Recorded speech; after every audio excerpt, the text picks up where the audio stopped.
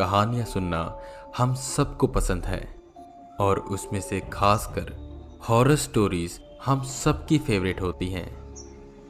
पहले के वक्त में जब हम अपनी नानी के घर जाते थे, अपनी दादी के घर जाते थे, तो रात के वक्त उनसे कहानियाँ सुनते थे, भूतों की, प्रेतों की, और हमें मज़ा भी बहुत आता था।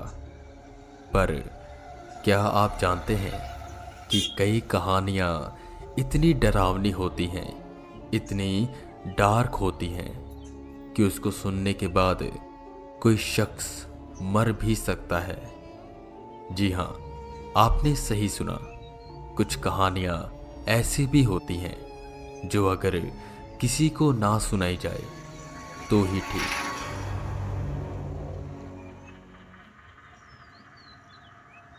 अंकित, सौरव और अमित अपने दोस्त राहुल के घर जा रहे थे।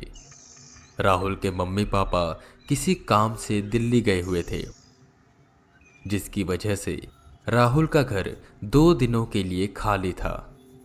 जिस पर राहुल ने अपने तीनों दोस्तों से कहा कि क्यों ना ये 2 दिन साथ में बिताए जाएं और खूब मस्ती की जाए। ये उनका पहला नाइट आउट होने वाला था, जिसकी वजह से वो बहुत ज़्यादा एक्साइटेड थे। रात के 8 बज रहे थे। वो तीनों राहुल के घर पहुंचे, जहां राहुल किचन में खाना बना रहा था। उनके ग्रुप में बस राहुल और सौरव को ही थोड़ा बहुत खाना बनाना आता था, इसलिए सौरव राहुल की मदद करने के लिए किचन में चला जाता है। अंकित और अमित हॉल में जाकर टीवी देखने लगते हैं। कुछ वक्त के बाद सौरव और राहुल खाना लेकर आते हैं, जिसको खाने के बाद वो चारों टीवी बंद करके कुछ और करने का सोचते हैं। अब तक रात के 9:30 बज चुके थे। वो चारों हॉल में बैठे ये सोच रहे थे कि क्या करा जाए और कैसे इस रात को यादगार बनाया जाए।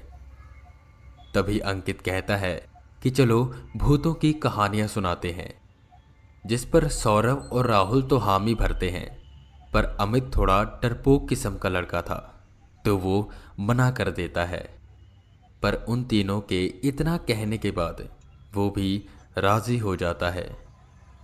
रूम की लाइट बंद करके टेबल पर कैंडल जलाकर वो वहीं बैठ जाते हैं और एक एक करके भूतों की कहानियां सुनाने लगते हैं। पर ना तो उनको मज़ा आ रहा था और ना ही डर लग रहा था, क्योंकि वो बस वही पुरानी कहानियां सुना रहे थे। सौरव एकदम से खड़ा हुआ और कहने लगा कि उसने इंटरनेट पर एक कहानी पढ़ी थी और उसे वो बहुत अच्छी लगी और वो बहुत डरावनी भी थी। जिस पर वो तीनों सौरव को कहते हैं कहानी सुनाने के लिए, और सौरव कहानी सुनाना शुरू कर देता है। कहानी गोजू की, गोजू द काउहेड। एक वक्त की बात है, एक गांव में सूखा पड़ा हुआ था। गांव वासियों की फसलें खराब हो गई थी और उनके पास ना तो कुछ खाने को बचा था और ना पीने को। हालात इतने खराब हो गए कि वो मजबूरी में अपने पालतू जानवरों को मारकर खाने लगे। उनका मांस तो वो खाते ही, पर उनका खून भी पी जाते। धीरे धीरे उनकी बकरियां और मुर्गियां खत्म हो गई। अब उनके पास बस गाय ही बची थी। और अब तक वो इतने दरिंदे हो चुके थे, इतने खून के प्यासे हो चुके थे कि वो गाय को मारकर खाने लगे और उसका खून पीने लगे। हालात और बिगड़ते जा रहे थे। एक वक्त तक गांव वासियों को उम्मीद थी कि किसी न किसी तरह वो जी लेंगे, पर अब उनका हाल बद से भी बदतर हो चुका था। अब उनकी गाय भी खत्म हो चुकी थी। ऐसे ही एक दिन उस गांव में रात के वक्त एक बच्चा आया, जिसने सर पर गाय का सर पहना हुआ था। जिसे देखकर गांव वाले सोच में पड़ गए कि आखिर इस बच्चे ने गाय का सर क्यों पहना है। जहां आधा गांव उस बच्चे को देखकर उलझन में था, वही आधे गांववासी गाय का सर देखकर इतने पागल हो गए कि उन्होंने बिना कुछ सोचे समझे उस पर हमला कर दिया और उसे मारकर खाने लगे। तब उन्होंने ये गौर किया कि उस बच्चे ने कोई गाय का सर नहीं पहना, बल्कि उसका सर ही गाय का था। ये अजीब बच्चा, जिसका आधा शरीर इंसान का और सर गाय का, ये आखिर कहाँ से आया, ये किसी को नहीं पता था। पर अगले ही दिन वो सब गांव वालों की रहस्यमय तरह से मौत हो गई।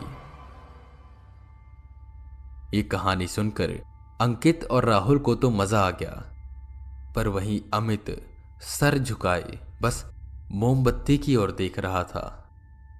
कहीं ये सदमे में तो नहीं आ गया इतनी डरावनी कहानी सुन के, अंकित ने हंसते हुए कहा, जिसपे अमित अजीब तरह से हंसते हुए बोला, ये कहानी झूठी है।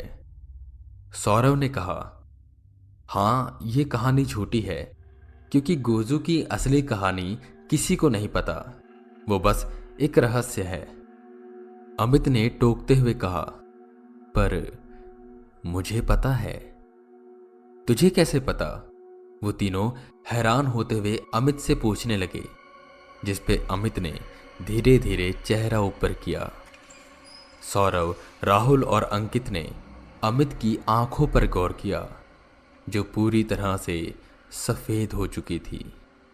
वो तीनों बेहद डर गए और बाहर की ओर भागने लगे, जिस पर वो रूम का दरवाजा अपने आप बंद हो गया और अमित ने हंसते हुए कहा, अभी कहाँ जा रहे हो?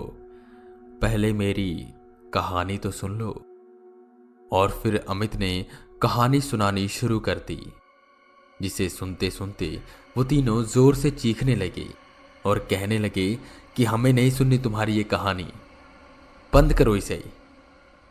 और गोजू की वो कहानी पूरी होने से पहले ही उन तीनों की मौत हो गई और अमित वहीं बेहोश हो गया। जब उसे होश आया तो वो आसपास का नज़ारा देखकर बेहद दंग रह गया और जोर जोर से चिल्लाने लगा, जिस पर आस पड़ोस के लोग आए और वो मंजर देखकर वो भी डर गए। सौरव, अंकित और राहुल की लाश हॉल में पड़ी थी और उनके मुंह से झाग निकल रहा था।